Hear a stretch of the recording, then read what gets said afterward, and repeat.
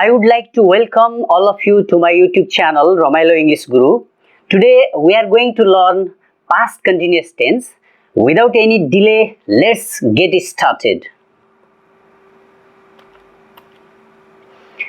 Past continuous tense अर्थात अपूर्ण भूतकाल. भूतकालमा कुनै काम जारी अवस्थामा थियो भन्नु परेमा अपूर्ण भूतकालको प्रयोग गरिन्छ. Past continuous tense is used to denote the action that was happening in the past. Action that was happening in the past. विगतमा चलिरहेको क्रियाकलापलाई जनाउनको लागि past continuous tense को प्रयोग गरिन्छ.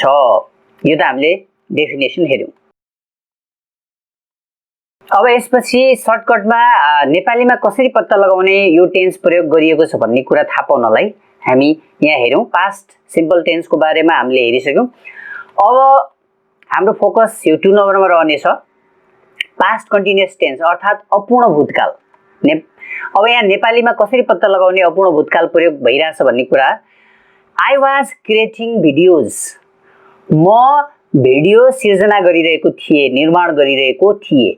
त आइसँग के लाग्यो? अन्तमा मुख्य क्रियाको अन्तमा ई रहेको थिए. निर्माण गरिरहेको थिए, गरिरहेको थिए. त्यस्तै वी सँग ई रहेका थियौं, गरिरहेका थियौं. त्यस्तै यू सँग गरिरहेको थियौ, तिमी गरिरहेको थियौ. के गरिरहेको थियौ? भिडियो निर्माण गरिरहेको थियौ. त्यस्तै अब ई रहेको थियो, यो चाहिँ ही सँग ऊ भिडियो निर्माण गरिरहेको थियो, ई रहेको थियो. त्यस्तै यहाँ पनि ई रहेको थियो, यो इट सँग इट प्रोनाउन आउँदाखेरि यहाँ नाउन को बारेमा म बताइरहेको छु. नाउन सब्जेक्ट को रूपमा आयो भने अन्तमा के आउँछ भन्ने कुरो. त्यस्तै ई रहेको थियो भनेपछि इट को ठाउँमा आउने भयो. इट वाज क्रिएटिङ भिडियोज, यसले भिडियो निर्माण गरिरहेको थियो. त्यस्तै सी सँग सी प्रोनाउन आयो भने सब्जेक्ट को रूपमा अन्तमा के आउने भयो? निर्माण गरिरहेकी थिइन्, ई रहेकी थिइन्. त्यस्तै दे प्रोनाउन को रूपमा आयो सब्जेक्टमा भने तिनीहरू निर्माण गरिरहेका थिए, ई रहेका थिए. यसरी नेपालीमा हामी छुट्याउन सक्छौं कि अपूर्ण भूतकाल प्रयोग भइरहेको छ यो वाक्यमा र त्यही अनुसार हामीले अंग्रेजीमा वाक्य बनाउन सक्छौं. त यो पास्ट पर्फेक्ट टेन्स भइहाल्यो. त्यसैगरी यो अन्तमा छ पास्ट पर्फेक्ट कन्टिन्युअस टेन्स. यिनीहरुको जब पालो आउँछ त्यसबेला हामी हेर्ने छौं यिनीहरुलाई. अब कुन सब्जेक्ट आउँदाखेरि कुन भर्ब लगाउने भन्ने कुरा हामी यहाँ सिक्छौं. जस्तो सिंगुलर प्रोनाउन, सब्जेक्टमा प्रोनाउन जस्तो आई आयो, त्यो सिंगुलर छ भने आई सँग के लाग्छ? वाज, यो सिंगुलर अक्जिलियरी भर्ब लाग्छ. यहाँ वाज र वेयर मध्ये कुन भर्ब लाग्छ अक्जिलियरी भर्ब त्यो पत्ता लगाउने हो. त्यसपछि चाहिँ बिफोर नै लाग्छ है. त त्यही भएर वाज वेयर हामी कुन सब्जेक्ट सँग लगाउने भन्ने कुरा हामी यहाँ पहिला सिक्नु पर्यो. ही सिंगुलर हो, त्यही भएर सिंगुलर भर्ब वाज लाग्यो. सी सिंगुलर हो, यससँग पनि सिंगुलर भर्ब वाज लाग्यो. इट सँग पनि वाज लाग्यो. त्यसपछि आयो प्रोनाउन को ठाउँमा नाउन आयो तर सिंगुलर आयो भने के गर्ने? जस्तो अ म्यान, यो नाउन हो, यससँग पनि वाज. त्यसैगरी राहुल एकजना हो, त्यही भएर यहाँ पनि वाज. अब प्लुरल प्रोनाउन आयो भने के गर्ने त भन्दाखेरि वी प्लुरल हो, यससँग के लाग्छ? वेयर. वाज भनेको सिंगुलर हो किनभने यो भर्बको अन्तमा एस आछ. यहाँ एस आएको छैन, यो प्लुरल हो. यो कुरा हामीले पहिल्यै अन्य भिडियोमा हेरिसकेका छौं. छुट्याउने सिंगुलर प्लुरल कसरी छुट्याउने. यू सँग पनि वेयर लाग्छ, दे सँग पनि वेयर लाग्छ. अब म धेरै यो कुराहरु फेरि रिपिट गरिराख्दैन किनभने तपाईहरुलाई बोर लाग्न सक्छ. मेन यो प्लुरल नाउन हो, त्यही भएर यससँग वेयर लाग्यो. यो पीपल पनि प्लुरल हो, त्यही भएर वेयर लाग्यो. त अब हामीले यहाँ के सिकौं भने कुन प्रोनाउन सब्जेक्ट को रूपमा आयो भने त्यससँग वाज लगाउने, कुन सब्जेक्ट को रूपमा आयो भने त्यससँग वेयर लगाउने. वाज वेयर मध्ये एउटा छान्ने.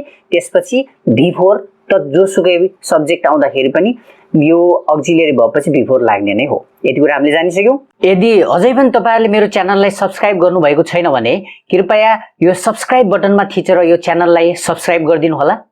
त्यसपछि यो घण्टीलाई थिच्नु होला अनि यस्तो इन्टरफेस देखिनेछ र अन्तमा अल लेखिएको ठाउँमा थिच्नुभयो भने नोटिफिकेसन पनि अन हुनेछ. त्यसो गर्नुभयो भने मैले भिडियो अपलोड गर्ने बित्तिकै त्यसको जानकारी नोटिफिकेसन मार्फत तपाईले आफ्नै मोबाइल वा कम्प्युटरमा तुरुन्तै पाउनु हुनेछ र कुनै पनि भिडियोलाई तपाईले हेर्न छुटाउनु हुने छैन. अब अलिकता स्ट्रक्चर हेरौं. पोजिटिभ सेन्टेन्स, नेगेटिभ सेन्टेन्स, सकारात्मक वाक्य, नकारात्मक वाक्य दुवैलाई एकैपटक भन्दा निश्चयवाचक वाक्य अर्थात एसर्टिभ सेन्टेन्स भनिन्छ. हामीले पहिला बुझिसक्यौं हैन. त जुन सेन्टेन्सको उत्तर दिँदाखेरि, जुन प्रश्नको उत्तर दिँदाखेरि जुन वाक्यले एस भन्छ त्यसलाई पोजिटिभ सेन्टेन्स, जुन वाक्य नो भन्छ त्यसलाई नेगेटिभ सेन्टेन्स भनेर भनिन्छ। दुवैलाई एकैचोटि भन्दाखेरि असर्टिभ सेन्टेन्स, निश्चयवाचक वाक्य भनिन्छ हैन। त अब यहाँ हेरौँ पोजिटिभ सेन्टेन्स पास्ट कन्टिन्युअस टेन्सको पोजिटिभ सेन्टेन्सको स्ट्रक्चर सब्जेक्ट, त्यसपछि वाज वेयर प्लस बिफोर अनि लास्टमा अब्जेक्ट है। हाम्रो फोकस यहाँनिर हुन्छ यो रातो अक्षरमा जुन छ, रातो लेटरहरुमा। त एक्जाम्पल हेरौँ, सब्जेक्ट भनेको आई, वाज वेयर मध्ये आइसँग वाज लाग्छ, हामीले अघि हेरौँ। त्यसपछि बिफोर भनेको कुकिङ, बिफोर भन्नाले मेन भर्बमा V1 मा आइएनजी लागेको भर्बलाई बिफोर भनिन्छ, कन्टिन्युअस काम भइरहेको भन्ने कुरा जनाउँछ। त्यसपछि अन्तमा आयो अब्जेक्ट, के छ फुड। नेगेटिभको स्ट्रक्चर केही छैन, यही स्ट्रक्चरमा वाज वेयर पछि नट थप्ने काम भयो, त्यसपछि बिफोर। उदाहरण वी सब्जेक्ट, वाज वेयर मध्ये वी सँग वेयर लाग्ने हो, यो प्लुरल सब्जेक्ट भयो हुनाले प्लुरल भर्ब, अनि नट सँग नट, बिफोर भनेको बङ्किङ द क्लास, हामी कक्षा बङ्क गरिरहेका थिएनौं, अर्थात हामीले कक्षा छोडिरहेका थिएनौं। अब त्यसपछि अर्को किसिमको वाक्य यस नो क्वेशन छ, त्यसपछि डब्ल्युएच क्वेशन छ। यिनीहरुलाई इन्टरोगेटिभ सेन्टेन्स भनिन्छ, एकैपटक प्रश्नवाचक वाक्य, किनभने यिनीहरुले प्रश्न सोध्छन्। त केलाई यस नो क्वेशन भन्ने, केलाई डब्ल्युएच क्वेशन भन्ने कुरा तपाईले अघिल्लो भिडियो हेर्नु होला, त्यहाँबाट थाहा पाइहाल्नुहुन्छ। डिस्क्रिप्सन बक्समा म त्यो दिइदिनेछु लिंक। अब यस नो क्वेशन एक्जिलरी भर्बबाट सुरु हुन्छ, अक्जिलरी भर्बबाट सुरु हुन्छ, त्यसैले यो वाज वेयरलाई हामीले यो सब्जेक्ट भन्दा अगाडि राख्ने काम यहाँ भएको छ। बाँकी सेम हो, वाज वेयर अनि सब्जेक्ट अनि बिफोर अब्जेक्ट। अब उदाहरण वाज वेयर मध्ये वाज नआएर वेयर आयो, किनभने सब्जेक्टमा यु छ, युसँग वेयर लाग्छ, अनि त्यसपछि आयो मेन भर्ब बिफोर अनि object. Were you calling me, के तिमी मलाई बोलाइरहेका थियौ। अब अन्तमा छ यही स्ट्रक्चर हो, एस नो क्वेशनको स्ट्रक्चर भन्दा पहिला डब्ल्युएच वर्ड थपिया हो, बाँकी यो सेम हो है। कति सजिलो छ, एउटा जानिसकेपछि त्यही अनुसार अर्को बनाउन सकिन्छ। डब्ल्युएच वर्ड भने के हो त्यो पनि तपाईले अघिल्लो भिडियोमा हेर्नु होला। यहाँ डब्ल्युएच वर्ड के छ, व्हाट, अनि त्यसपछि वाज वेयर मध्ये वाज किन लाग्यो भने यहाँ सब्जेक्टमा ही आएको छ, अनि बिफोर भनेको डुइङ, अनि अब्जेक्ट भनेको there. What was he doing there, उ त्यहाँ के गरिरहेको थियो। व्हाट को ठाउँमा व्हेन, वेयर, व्हिच यस्तो आउन सक्छ, यसलाई डब्ल्युएच वर्ड भनिन्छ है। त मैले भनिहाले हामीले पहिला यो स्ट्रक्चर जान्यो भने यही अनुसार यो बनाउने, यही अनुसार यो अनुसार यो बनाउने हो। ल अब वाक्य बनाउन सिकौं त। She was writing a letter, उनी एउटा चिठी लेखिरहेकी थिइन्। यहाँ उनी भनेको सब्जेक्ट सी, त्यस्तै गरी एउटा चिठी भनेको अ लेटर। यो अब्जेक्ट हेर्नुस् त, लास्टको अब्जेक्ट नेपालीमा कहाँ आउँदो रहेछ, यो सब्जेक्ट उनी पछि आउँदो रहेछ। एउटा चिठी हो अब्जेक्ट हो, यसलाई कर्म भनिन्छ नेपालीमा, यो कर्ता हो। त कर्ता र कर्म नेपालीमा सँगै हुन्छन्, इंग्लिशमा चाहिँ कर्ता सुरुमा हुन्छ, कर्म अन्तमा हुन्छ, यति फरक हो है। सब्जेक्ट सुरुमा, अब्जेक्ट अन्तमा। अब लेखिरहेकी यो के हो त, राइटिङ, यो बिफोर हो, मेन भर्बमा आइएनजी लागेको, VING भन्छ हैन। त्यसपछि वाज भनेको यहाँ के हुन्छ, थिइन्। त यसरी हामीले वाक्य बनाउनु पर्ने हुन्छ पास्ट कन्टिन्युअस टेन्समा। त कुनै काम भूतकालमा चलिरहेको थियो, चालु अवस्थामा थियो भन्नु पर्यो भने यो टेन्सको प्रयोग गरिन्छ। अर्को उदाहरण हेरौँ, it was making noise, it means के हो, यो सब्जेक्ट आयो, त्यसपछि आवाज भनेको यो नोइज हो, यो अब्जेक्ट हो, सँगै आउँछ सब्जेक्ट अब्जेक्ट, त्यसपछि निकालिरहेको बिफोर, त्यसपछि थियो वाज। अब इंग्लिशमा चाहिँ हाम्रो नेपालीको भन्दा फरक के, पहिला सब्जेक्ट आउँछ अनि त्यसपछि वाज वेयर अनि बिफोर अनि मात्र अब्जेक्ट है। नेपाली र इंग्लिशमा के फरक छ त, यो सब्जेक्ट पछि तुरुन्तै यहाँनिर के आउँछ, नेपालीमा चाहिँ यो अब्जेक्ट आउँथ्यो, यहाँनिर आउँथ्यो, यहाँ त्यही आवाज है, यो आवाज, यो सब्जेक्ट भयो, आवाज यहाँनिर आउने भयो नेपालीमा। अब यसपछि अर्को वाक्य हेरौँ, प्लुरल वाला, डे सब्जेक्ट, त्यसपछि नेपालीमा गाडी द कार, यो अब्जेक्ट भइहाल्यो, मर्मत गरिरहेको भनेको रिपेयरिङ, थिए भनेको वेयर है। नेपालीमा यस्तो भयो, इंग्लिशमा चाहिँ पहिला सब्जेक्ट अनि वाज वेयर मध्ये एउटा अनि बिफोर अनि अब्जेक्ट। यो कन्फ्युज नहुनु होला, मैले तपाईहरुलाई नेपालीसँग तुलना गरेर देखाउन खोजे मात्र हो, यो हैन भने यो नै छ, क्रम चाहिँ यही हुन्छ। इंग्लिशमा वाक्य बनाउँदाखेरि यो क्रममा बनाउने, नेपालीमा बनाउँदाखेरि यो क्रममा बनाउने भनेर मैले तपाईलाई बताउन खोजेको मात्र हो। त स्ट्रक्चर के भयो, subject plus was were plus V four plus object, यति ध्यान दिनुस्।